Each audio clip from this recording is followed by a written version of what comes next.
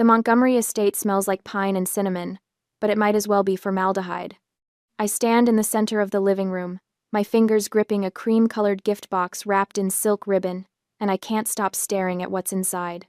A lifetime VIP membership to Last Chance Love, an app explicitly marketed to desperate singles over 30. And beneath it, a hardcover book with raised gold lettering, How to Find Happiness When You Die Alone. A.T. The fire roars in the marble fireplace behind me. Outside the French windows, snow falls in thick, silent sheets, blanketing the manicured grounds. But inside this room, the cold has nothing to do with December weather. Bella giggles. The sound is high and sharp, echoing off the vaulted ceiling like breaking glass. I saw it on TikTok. My sister says, her voice dripping with false sweetness. The reviews were amazing. 5 stars for women who've given up on traditional dating. I don't look up. I keep staring at that horrible pink app card, at the cartoon illustration of a wilting flower that's supposed to represent women like me. Women who've supposedly expired. Take it, dear. My mother's voice cuts through the room. Trinity Montgomery sits perched on the ivory settee, her posture so rigid she could be carved from the same marble as the fireplace. Bella's just worried about your future. Don't let your ego turn you into a spinster forever. My father says nothing. Richard Montgomery stands near the bar cart, swirling bourbon in a crystal tumbler, studying the amber liquid like it holds answers he's not interested in sharing with me. His business partner, Harrison Sterling, shifts uncomfortably in the leather armchair beside him. Preston Sterling, Bella's fiancé, examines his phone with sudden, intense focus. I close the box. Slowly. My hands don't shake, though something inside my chest feels like it's cracking open. 8 months. It's been 8 months since I sent those invitations, since I spent 3 evenings at my dining table in Austin selecting the perfect cardstock, tying velvet ribbons by hand. 300-gram weight, the kind that whispers quality when you hold it. Nate had watched me from the doorway, his arms crossed, his expression careful. "Are you sure you don't need to call them?" he'd asked. I'd smoothed another ribbon, my fingers working the silk into a perfect bow. They're my parents. They wouldn't miss this. The memory sits in my throat like a stone. I delayed the ceremony for 30 minutes, staring at those 2 empty chairs in the front row, reserved for Dad, reserved for Mom. The signs I'd painted myself on small wooden plaques, decorated with wildflowers because my mother had once mentioned she liked daisies. That was 7 years ago, but I remember. I remember everything they forgot. Well? Bella leans forward on the sofa, her blonde hair cascading over one shoulder in a calculated tumble. Her engagement ring catches the firelight, a 3-carat diamond that cost more than my entire wedding. Aren't you going to say thank you? The words stick in my throat. Part of me wants to scream. Part of me wants to run out those massive oak doors like I've done so many times before, drive back to the airport, fly home to Austin where Nate is probably heating up leftover Thai food and wondering if I'm okay. But I'm so tired of running. Harrison Sterling clears his throat. "Perhaps we should move on to dinner," he suggests, his voice carefully neutral. I believe the caterers have everything ready in the dining room. Bella's smirk widens. She knows she's won this round. She always does. Except this time, something inside me doesn't break. It snaps. Not my heart, which has been breaking in this house since I was old enough to understand that some children are treasured and others are tolerated. No. What snaps is something harder. The chains I've been dragging around for 29 years. The ones labeled good daughter and second best, and maybe if you try harder. I look up. My eyes meet Bella's, and I watch her triumphant expression falter just slightly. There's something in my face she doesn't recognize. Something cold and clean and final. "Thank you, Bella," I say. My voice comes out smooth, almost pleasant. I'll keep this very carefully. I tuck the box under my arm, holding it against my ribs like evidence, because that's exactly what it is. Trinity frowns. "Caroline, don't be dramatic. It's just a thoughtful gift." "Oh, I know." I smile. The expression feels strange on my face, like I'm wearing someone else's mouth. It's very thoughtful, very valuable. Richard finally looks at me, his gray eyebrows drawing together. "Caroline." It's a warning. The same tone he used when I was 16 and suggested that maybe, just maybe, Bella shouldn't get a BMW for her first car, when I'd received a 10-year-old Honda. The tone that means, don't make a scene, don't embarrass us, don't exist too loudly in spaces meant for your sister to shine. I hold his gaze. Yes, Dad? He opens his mouth, closes it, turns back to his bourbon. Preston Sterling stands abruptly, shoving his phone into his jacket pocket. I need some air, he mutters, and walks toward the French doors leading to the terrace. Bella's smile finally cracks. Preston, it's freezing out there. Preston hesitates at the terrace doors, the cold air blowing in, before turning back with a resigned sigh to join the procession to the dining room. But he's already gone, and I understand something in that moment. He's uncomfortable. He should be. Any decent person would be. Shall we? Harrison gestures toward the dining room, his discomfort palpable in the tight set of his shoulders. The dining room chandelier throws diamond patterns across the white linen tablecloth. Trinity taps her spoon against her crystal water glass, the sound cutting through the murmur of polite conversation like a blade. Before we begin, my mother announces, her voice pitched for an audience, I want to toast this very special season, the year of the bride. I watch Bella straighten in her chair, her practiced smile blooming across her face like she's been waiting for this cue her entire life. My youngest daughter, Trinity continues, gesturing toward Bella with her wine glass, will be married this February in what I can only describe as a modern royal event, 300 guests. The ballroom at the Four Seasons, a dress that took 6 months to design. Preston shifts beside Bella, his jaw tight. Harrison Sterling studies his salad fork with the intensity of an archaeologist examining an artifact. Bella has always known how to do things properly, Trinity says, and the word properly lands on my skin like a slap. With grace. With consideration for family. My father lifts his bourbon in agreement. He hasn't looked at me since we sat down. I cut into my filet mignon. The knife slides through the meat with barely any resistance, but my hand feels welded to the handle. Trinity sets down her glass with a delicate click. Her gaze swings toward me, and I recognize the glint in her eyes. She's about to perform. Bella is settled, she says, her tone dripping with manufactured concern. But what about you, Caroline? You're approaching 30. You can't plan to live with plants forever, can you? The table goes quiet. Even the catering staff, refilling water glasses near the sideboard, seem to freeze mid-pour. When is it your turn? Trinity asks. The question hangs in the air like smoke. I feel Preston's eyes flick toward me, then away. Harrison clears his throat but says nothing. Bella leans forward slightly, her expression arranged into something that might pass for sisterly interest if you didn't know her, but I do know her. I see the anticipation in the way her fingers curl around her wine stem. She's waiting for me to crumble, to stammer, to make some excuse about focusing on my career or not having met the right person yet. I set down my silverware. The clink of metal on porcelain sounds louder than it should. I'm not single, Mother. The words come out calm, steady, like I'm commenting on the weather. Trinity blinks. Excuse me? I've been married for 8 months. My mother's face goes through 3 distinct expressions in the span of 2 seconds. Confusion, disbelief, rage, liar. The word explodes out of her mouth before she can stop it. Her hand slams down on the table, rattling the silverware. Why would no one know about this? You secretly eloped in Vegas, didn't you? Is that why you've been so distant? I didn't elope in Vegas. Bella's face has gone pale, but she recovers fast. She always does. Are you making up stories to ruin my engagement party?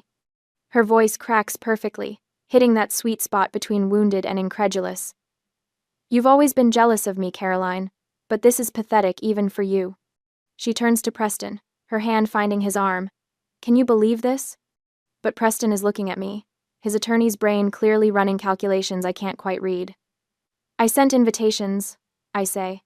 My voice hasn't changed pitch. I sound almost bored, which is strange because my heart is hammering against my ribs like it's trying to escape. Via FedEx overnight, in February. My father's glass hits the table hard enough that bourbon sloshes over the rim. If you sent invitations and didn't get a reply, why didn't you call? His face is flushed, the vein in his temple pulsing. You did this on purpose, didn't you? To embarrass this family in front of the Sterlings? And there it is. The truth I've been circling around for 8 months, The answer I didn't want to see, even as the evidence piled up around me like snow against a door. They didn't forget. They're gaslighting me. Right now. In front of witnesses. Rewriting history while I sit here holding the receipts they don't know exist yet. The last thread of hope I'd been clutching, the one I didn't even know I was still holding, dissolves. Something shifts inside my chest. The architect in me takes over, the part that knows how to read blueprints and calculate load-bearing walls and understand exactly where pressure needs to be applied for a structure to fail. I stop trying to defend myself with emotions. They don't care about my feelings. They never have. Under the table, hidden by the white linen, I slide my phone from my clutch. My thumb finds the message thread with Nate. I type one word. Now. The message shows as delivered, then read. I put the phone away and pick up my fork again, spearing a piece of asparagus like nothing happened. Caroline. My mother's voice has that dangerous quality to it now, the one that used to send me running to my childhood bedroom. Stop this nonsense and apologize to your sister. For what? I take a bite of asparagus. It tastes like absolutely nothing. For getting married? For inviting my family to my wedding? Which part needs an apology? Bella's eyes are bright with tears that haven't fallen yet. She's good at this, holding them right on the edge where they catch the light. I can't believe you'd lie about something like this. On Christmas Eve. Christmas Eve. I'm not lying. Then prove it, my father snaps. I meet his eyes across the table. Okay. Harrison Sterling shifts in his seat, clearly wishing he was anywhere else. Preston has gone very still beside Bella, his lawyer instincts finally catching up to whatever his gut has been telling him. The chandelier above us catches on my wedding band. I've been wearing it this whole time. They never even noticed. Dessert will be ready in 15 minutes, one of the catering staff announces from the doorway, oblivious to the tension crackling through the room like static electricity. My phone buzzes once against my thigh. A text from Nate. System accessed. Ready when you are. Any tonight. I look up at the 85-inch smart TV mounted above the fireplace in the adjoining sitting area, currently displaying a digital fire log that mirrors the real fire burning below it. Actually, I say, standing up from the table, I think we should skip dessert tonight. I walk toward the TV, my heels clicking against the hardwood floor. There's something everyone needs to see. Caroline, sit down. My mother's voice has taken on that edge, the one that used to make me shrink into myself, desperate to be smaller, quieter, less troublesome. Not tonight. I stop in front of the TV, my back to the room. You always believe Bella unconditionally. My voice sounds strange to my own ears, calm, almost conversational. But have you forgotten what my husband does for a living? Silence. I turn to face them. Nathaniel Vance, senior cybersecurity analyst. He works for a firm that protects Fortune 500 companies from data breaches. Trinity's mouth opens, closes, opens again. I don't see what that has to do with anything. Don't you? I pull my phone from my clutch, holding it up so they can see the screen. 3 letters glow there. Now. Sent 18 minutes ago. Delivered. The TV screen behind me flickers. Bella's head snaps up, her tears forgotten. What are you doing? The virtual fire log cuts out. The screen goes black for exactly 2 seconds. Then it lights up again, displaying something entirely different. A computer desktop. Blue background. Neat rows of folders. Remote access activated appears in the corner in small white text. What is this? Richard's voice has gone hard. Turn that off. I designed the electrical system for this house. I keep my tone pleasant, almost chatty, like I'm discussing the weather. Did you know that? You hired me fresh out of grad school. Paid me an exposure and family discount rates. I installed every smart system, every camera, every sensor. I turn back to the screen, watching as the cursor moves without anyone touching it. Nate, working from our home office in Austin, his fingers flying across keys 2,000 miles away. The admin password was never changed. I continue. I recommended you change it. Remember? I sent that email. Twice. Harrison Sterling leans forward, his expression caught between fascination and horror. Preston has gone very still beside Bella, his lawyer brain clearly working through implications. This is illegal. Bella's voice cracks. Not with tears this time, with panic. Actually, it's not. I don't look at her. I'm the system administrator on record. I have full legal access. Nate is simply helping me retrieve my own files. Trinity stands up, her chair scraping against the hardwood. Files? What files? The cursor on the screen moves to a folder. The label makes Bella gasp. Project. Truth. When you dismissed my career as playing with plants. I say quietly, you forgot I'm an architect. Architects plan. We think 3 steps ahead. We build systems designed to last. My father's face has gone red. You had no right to put cameras in our home without telling us. I told you. My voice stays level. I gave you a 40-page manual. You signed off on everything. There's a camera at the front door, one at the side entrance, one covering the driveway, all disclosed, all legal, all recording to a professional NVR system in your wine cellar. What's an NVR system? Trinity's voice sounds smaller now. Network video recorder. I finally turn to look at her. It's not cloud storage that deletes after 6 months. It's physical hard drives, professional grade, data retention for 2 years. I watch the color drain from Bella's face. She understands. She's already doing the math, counting backward through months. You're bluffing, she whispers. I turn back to the screen. The cursor hovers over the folder. Do you remember February 12th, Bella? I ask. My voice sounds almost gentle. It was a Tuesday. Cold. You were wearing your cream cashmere coat. The FedEx driver arrived at 10:15 a.m. Stop it. Bella's voice rises. Mom, make her stop. The package was blue. I continue. Express overnight. 4 velvet boxes inside, wrapped in ivory ribbon. My wedding invitations. Preston's head turns toward Bella, slowly, like he's seeing her for the first time. Turn it off, Bella screams. Mom, make her turn it off. But Trinity is frozen, her hand still pressed to her throat, her eyes locked on the screen. It's too late anyway. I hit enter on my phone. Nate, receiving the signal, opens the folder. The first image fills the screen in perfect high definition. A FedEx receipt, signature line clearly visible. Isabella Montgomery, signed in her distinctive looping handwriting. Date, February 12th. Time, 10:15 a.m. The dining room explodes into chaos, but I just stand there, my phone in my hand, watching my sister's carefully constructed world begin to crack. And I feel nothing but cold, clean satisfaction. That's my signature, Bella says immediately. Her voice has lost its hysterical edge, replaced by something flatter. More dangerous. So what? I signed for a package. That doesn't prove anything except that I was home that day. She's recovering. Faster than I expected. Evidence 1, I say, keeping my voice level. Clinical. Like I'm presenting designs to a difficult client. You signed for a package from Caroline and Nate Vance on February 12th. 3 weeks after our wedding invitations were mailed via FedEx overnight. I don't remember every package I signed for. Bella crosses her arms. We get deliveries constantly. My brand partnerships alone generate dozens of shipments per week. But Trinity sits up straighter.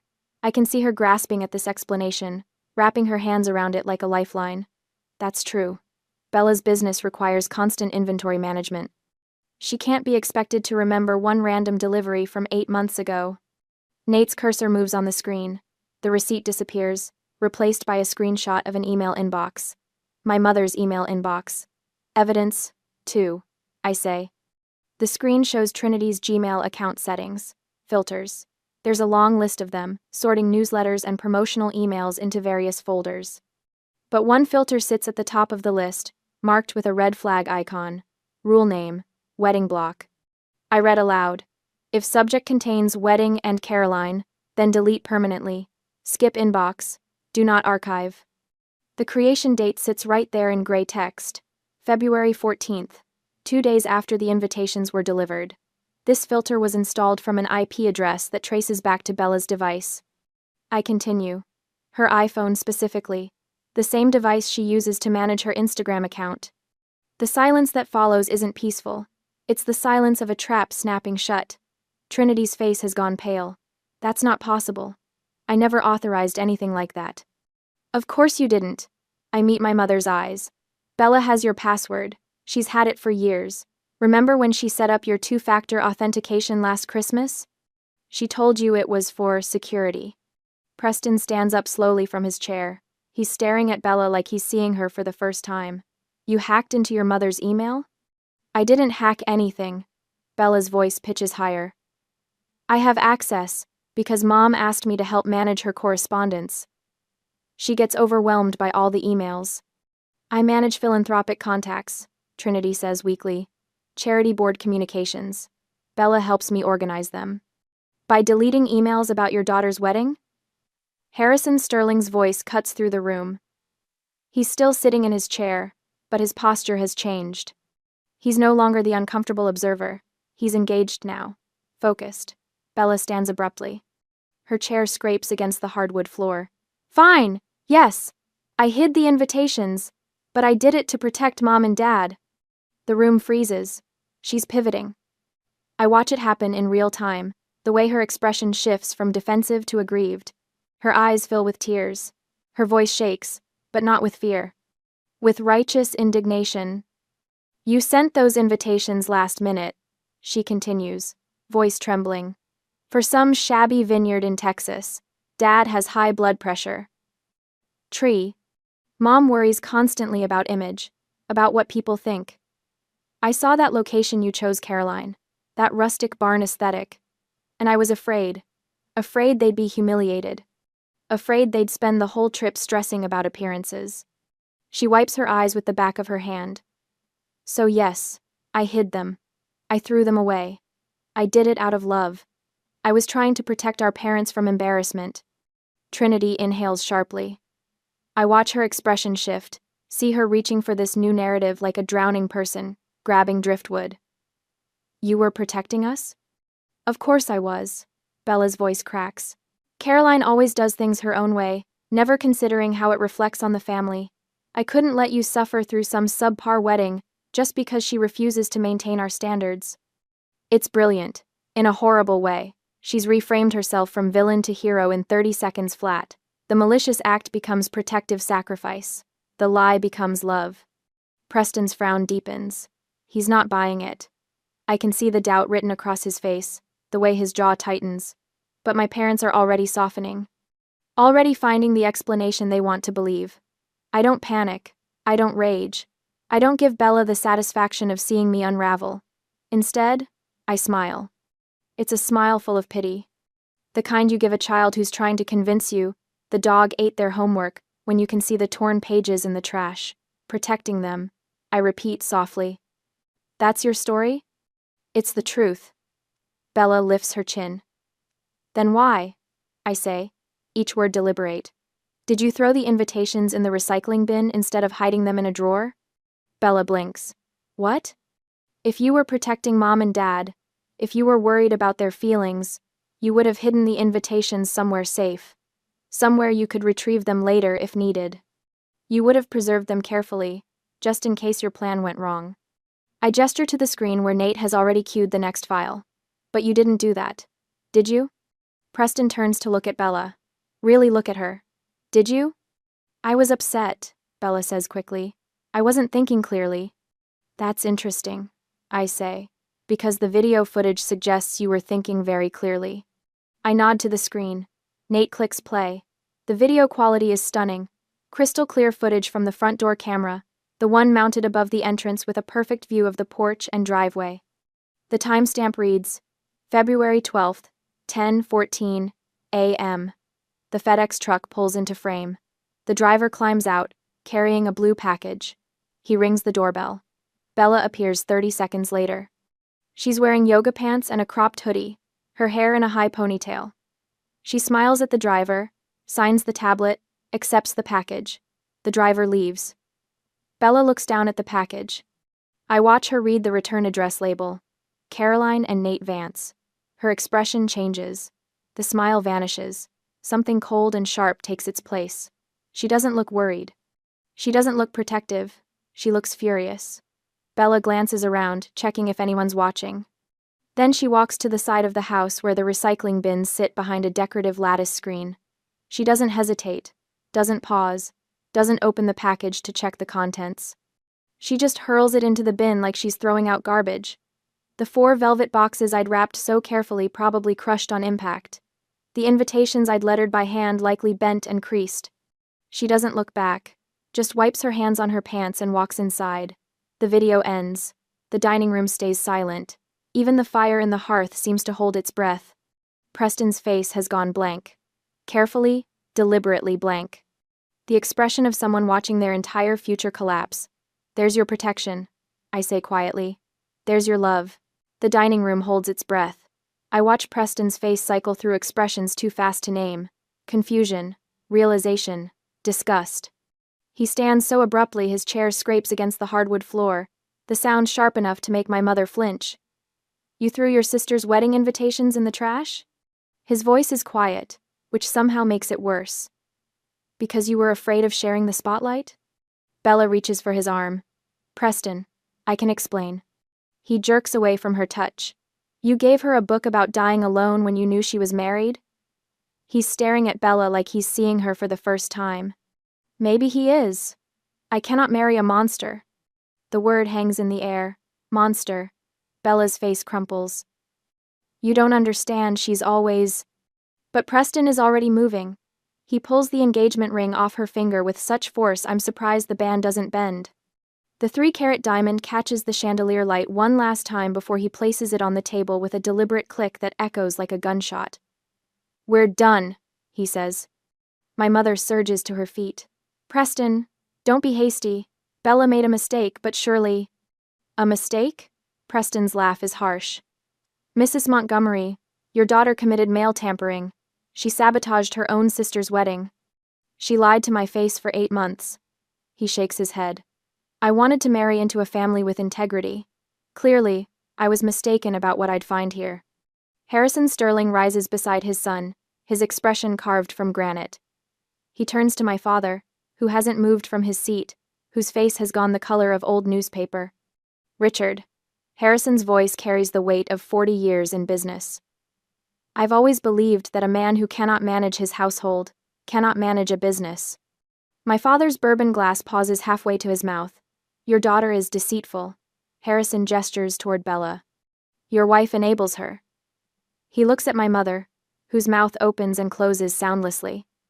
And you are irresponsible. His gaze settles back on my father. The merger project next month? Consider it cancelled. Sterling Group will not do business with the Montgomery family. The words land like physical blows. I watch my father's face drain of what little color remained. That merger was supposed to be his crowning achievement, the deal that would cement his legacy. $50 million in contracts. A partnership that would have doubled his company's reach. Gone. Harrison, please. My father finally finds his voice. We can discuss this privately. Surely. There's nothing to discuss. Harrison places his hand on Preston's shoulder. We're leaving. Bella explodes from her chair. This is your fault. She whirls on me, her face twisted with rage. You ruined everything. I'll destroy you. I'll tell everyone what you did, how you manipulated. No. The word comes out soft, but it stops her mid-sentence. I stand slowly, smoothing my dress. You won't. Watch me. Bella's voice climbs toward hysteria. I have 2 million followers. I know Massachusetts law prohibits secret audio recording. I keep my voice level, conversational. So the video of tonight's dinner stays private. I won't publish it. Bella's expression shifts toward triumph, thinking she's found an escape route. However, I pause, letting the words settle. The CCTV footage of you dumping that FedEx package? That's evidence of federal mail tampering. Title 18. United States Code. Section 1708. Up to 5 years in federal prison. The color drains from Bella's face. If you dare speak one lie about me on social media, that video and a lawsuit go straight to the police and your brand sponsors. I tilt my head, studying her. I wonder how Dior and Cartier will feel about their ambassador being investigated for federal crimes. Bella collapses back into her chair. The sound that comes out of her isn't quite a sob, isn't quite a scream. It's the sound of someone's carefully constructed world imploding. My mother sits frozen, her hands clutched in her lap. My father stares at the table like the wood grain holds answers. I reach for the cream-colored gift box, The one containing that horrible app membership and that cruel book that I put on the table. I pick it up with both hands and walk around the table. Bella flinches when I approach, like I might hit her. I place the box directly in front of her, right next to Preston's abandoned engagement ring. Keep it, I say. You need it more than I do now. The words taste like freedom. I turn toward the door. Harrison and Preston are already in the foyer, collecting their coats. As I pass Harrison, he gives me a single nod. Respect, maybe. Or approval. It doesn't matter which. Behind me, I hear my mother's voice, thin and desperate. Caroline, wait, we can fix this. We can, but I'm already walking. Through the foyer, past the marble staircase where Bella and I posed for Christmas photos as children, through the massive oak doors that close behind me with a final, definitive thud. The December air hits my face like cold water. Clean, sharp, real. My Uber is waiting at the bottom of the circular drive, exhaust puffing white in the freezing air. I climb into the back seat, and the driver glances at me in the rearview mirror. Logan Airport, I confirm. As we pull away, I allow myself one look back at the Montgomery estate. Every window blazes with light, but from here, it looks empty. A beautiful shell with nothing living inside. I pull out my phone and video call Nate. His face fills the screen, and the knot in my chest finally begins to unwind. His hair is messy, like he's been running his hands through it. His eyes search mine. Is it done? He asks. It's done. Mom's heating up soup for you. His smile is soft, warm, everything that house wasn't. Let's go home. Home. Not the place I was born, but the place where I'm loved. Yeah, I say, and my voice only shakes a little. Let's go home. 3 days later, I'm unpacking groceries in our Austin kitchen when the FedEx truck pulls up. Through the window, I watch the driver jog to the porch, scan a package, jog back. The box sits there on the welcome mat, square and flat. I know what it is before I open it. I can practically smell my father's desperation through the cardboard. Inside, a check. $50,000. The number seems obscene, written in my father's careful architect's print. The note is brief, typed on his business letterhead like this is just another transaction. I'm sorry. Please stay silent about the contract. I stand there in my kitchen, holding $50,000, and I think about the girl who would have cashed this check, the one who showed up on Christmas Eve still hoping, the one who saved their chairs at her wedding. She's gone. I tear the check in half, then quarters, then confetti. My phone is already in my hand. I arrange the pieces on the granite counter, photograph them, open the family group chat. 3 people. Mom, Dad, Bella. I type, I don't sell my silence. I'm gifting it to you for free, as a parting gift. Do not contact me again. My thumb hovers over the send button for maybe 3 seconds. Then I press it. The message shows delivered. Then read. Someone starts typing. Stops. Starts again. I don't wait to see what they'll say. I scroll to the top of the chat, tap the settings icon, and find the words I've been looking for. Leave group. Are you sure? I've never been more sure of anything. Leave. New Year's Eve arrives wrapped in Seattle rain and the smell of Meredith's famous pot roast. Nate's family crowds into their living room, laughing, arguing about what movie to watch before the countdown. His sister steals the remote. His nephew spills grape juice on the carpet. His mother hugs me tight, and I feel the weight of the sapphire brooch on her coat pressing against my shoulder. Real. Solid. An actual heirloom passed down with love instead of obligation. Come on, Nate says, taking my hand. Let's get some air before the fireworks. We step onto the back porch. The Space Needle glows in the distance, and the city hums with celebration. Nate wraps his arm around my waist, and I lean into him, breathing in rain and cedar and freedom. Any regrets? He asks quietly. I think about the empty chairs, the hidden invitations, the cruel gift, the check torn into pieces. Not one. The first firework explodes overhead, gold sparks against black sky. Nate's family cheers from inside, and through the window I can see them raising glasses, pulling each other into hugs. I'm not the Montgomery daughter anymore. I'm Caroline Vance, architect of landscapes and now, finally, architect of my own life. I cleared the weeds. I burned out the rot. And here, in this garden I chose, something real is growing.